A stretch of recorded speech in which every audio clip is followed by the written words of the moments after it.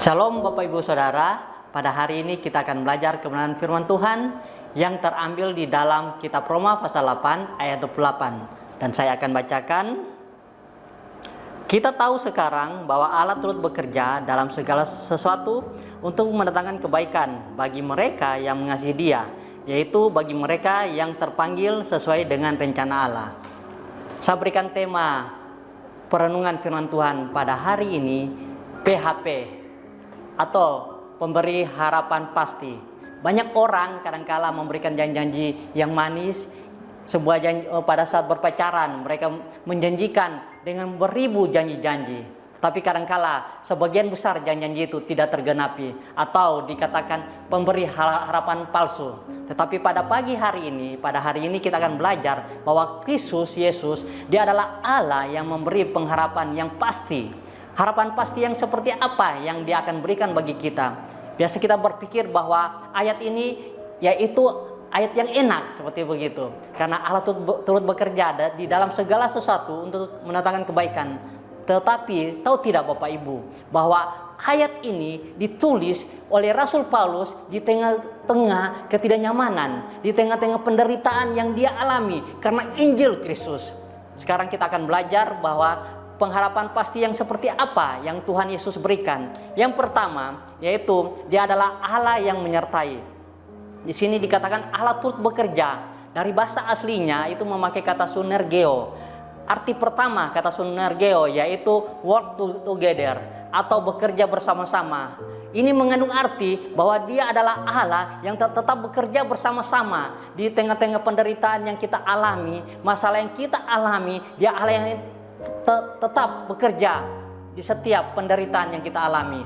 Bayangkan Tuhan Yesus di saat Dia menderita di atas kayu salib, begitu sangat menderitanya. Apakah tidak mungkin Dia adalah Allah yang selalu menyertai kita di tengah-tengah penderitaan yang kita pernah alami hari-hari ini. Kita tahu bahwa COVID yang berkepanjangan membuat banyak masalah yang terjadi dalam kehidupan kita. Masalah ekonomi, dalam pemerintahan dan lain sebagainya. Bahkan masalah-masalah di mana minyak harus naik membuat ibu-ibu menderita, menjerit. Karena kenapa? Karena minyak kelapa itu naik. Belum lagi sembako-sembako yang lainnya berdampak untuk naik. Di tengah-tengah masalah yang kita alami, masalah ekonomi, percaya bahwa Allah turut bekerja di dalam segala sesuatu. Dia adalah Allah yang selalu menyertai walaupun kita mengalami masalah. Dia adalah Allah yang tidak pernah meninggalkan kita sedetik pun. Walaupun murid-muridnya meninggalkan Tuhan Yesus, tapi Tuhan Yesus tidak pernah meninggalkan kita dalam setiap masalah yang kita alami. Itu yang pertama. Pemberi harapan pasti yang seperti apa yang Tuhan lakukan kepada kita semua, yaitu Dia adalah Allah yang menolong. Kata turut bekerja juga selain dari kata sunergeo, artinya bekerja bersama-sama. Arti lain yaitu menolong di dalam pekerjaan. Artinya bahwa Dia adalah Allah yang memberikan harapan pasti karena Dia adalah Allah yang menolong kita di dalam setiap masalah-masalah yang kita hadapi. Dia bukan hanya Allah yang menyertai kita, yang menemani kita, tapi Dia adalah Allah yang menolong kita di tengah-tengah masalah yang kita hadapi. Percaya, di saat kita mulai lemah, Dia adalah Allah yang menolong kita. Bahkan firman Tuhan mengatakan dalam Filipi 4 ayat 13 bahwa segala perkara dapat kita tanggung dalam Dia yang telah memberikan kekuatan. Allah tidak pernah berjanji di saat kita dalam kehidupan kita mengalami masalah, Dia mengambil segala masalah kita. Tidak. Dia tidak pernah berjanji di saat kita mengiring Tuhan, jalan kita mulus-mulus. Tidak. Tapi Dia adalah Allah yang berjanji di saat kita menjalani kehidupan kita penuh dengan masalah, penuh dengan tantangan. Dia adalah Allah yang selalu apa? Yang menolong kita, memberikan kita kekuatan sehingga kita mampu menjalani setiap masalah yang kita hadapi. Kita mampu menghadapi tantangan-tantangan di depan kita. Jangan pernah takut dengan tantangan itu. Jangan pernah gentar dengan tantangan itu. Karena kenapa? Dia adalah Allah yang menolong kita. Dia adalah Allah yang menyertai dan juga sekalian menolong kita, memberikan kita kekuatan. Dan yang terakhir, pemberi harapan pasti yang seperti apa yang Tuhan janjikan kepada kita. Di situ dikatakan bahwa, saya bacakan kembali lagi ayat 28, yaitu bagi mereka yang terpanggil sesuai dengan rencana Allah. Yang ketiga, Dia adalah Allah yang menyelamatkan. Kita semua telah dipanggil dalam rencana keselamatan. Kita semua bukan hanya dipanggil, tetapi kita dipilih untuk sebuah karya keselamatan. Artinya kita adalah orang-orang pilihan Dia. Dia adalah Allah yang menyelamatkan kehidupan kita. Tahu tidak bahwa penulis dari kitab Roma, Rasul Paulus, di saat dia mengalami tantangan, di saat dia menulis kitab Roma ini, 7 tahun kemudian dia akan mengalami hukuman mati di mana? Di kota Roma. Kenapa dia tidak takut dengan kematian itu?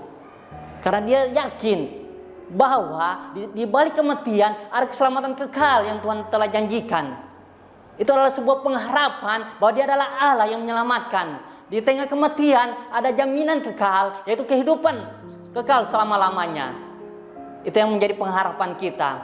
Di saat kita mengalami tantangan, masalah, kita mengiring Kristus dan begitu banyak masalah, jangan pernah takut. Karena kenapa? Karena Dia adalah Allah yang menyelamatkan kita. Di balik kematian ada keselamatan. Sehingga Rasul Paulus mengatakan, hidup bagi Kristus dan mati adalah keuntungan. Keuntungan karena kenapa? Karena pertama, jaminan keselamatan kekal telah menanti kita. Kedua, ada upah yang telah menantikan kita di surga. Sehingga di tengah-tengah mengiring Kristus, di saat kita mengalami masalah, tantangan, jangan pernah takut dan gentar. Dia pemberi harapan yang pasti. Karena kenapa? Dia adalah Allah yang memberikan jaminan keselamatan itu. Bukan mudah-mudahan, bukan insya Allah, tetapi kepastian keselamatan di dalam Yesus Kristus. Karena Dia adalah Allah yang turun ke bumi dan Dia mati dan bangkit menyelamatkan dosa-dosa kita. Dan Dia naik ke surga menyediakan tempat bagi kita semua untuk menyelamatkan kehidupan kita. Jadi pada hari ini ada 3 hal pelajaran yang kita bisa ambil, yaitu Yesus Kristus pemberi harapan pasti. Harapan pasti yang seperti apa? Yang pertama, Dia adalah Allah yang menyertai kehidupan kita di tengah-tengah kesulitan, tantangan yang kita hadapi. Yang kedua, Dia adalah Allah yang menolong kita, menolong dalam arti memberikan kekuatan di saat kita menghadapi masalah. Dan yang ketiga, Dia adalah Allah yang menyelamatkan, memberikan jaminan yang pasti, yaitu jaminan keselamatan, hidup kekal di surga, dan upah yang telah menunggu kita di saat kita menghadap ke rumah Bapa di surga. Amin. Untuk firman Tuhan, mari kita tunduk kepala, kita berdoa. Terima kasih Bapa untuk firman-Mu pada hari ini yang kami telah renungkan. Engkau Yesus pemberi harapan pasti. Harapan bahwa Engkau Allah yang selalu menyertai kami di tengah-tengah masalah, tantangan yang kami hadapi. Engkau Allah yang menolong kami di saat kami mulai lemah. Engkau Allah yang memberikan kami kekuatan. Itu bukti pertolongan-Mu Tuhan, sehingga kami kuat menghadapi masalah-masalah yang kami hadapi. Dan Engkau Allah memberikan harapan yang pasti, yaitu jaminan kekal di surga. Bukan mudah-mudahan, tetapi kepastian di dalam Kristus Tuhan, yaitu kepastian keselamatan. Terima kasih Bapa untuk pengharapan yang pasti di dalam Yesus Kristus Tuhan. Kuatkan jemaat-Mu bahwa mereka tetap beriman teguh kepada Engkau Tuhan. Terima kasih Tuhan, ini doa kami hanya dalam nama Tuhan Yesus Kristus kami telah berdoa. Haleluya, amin.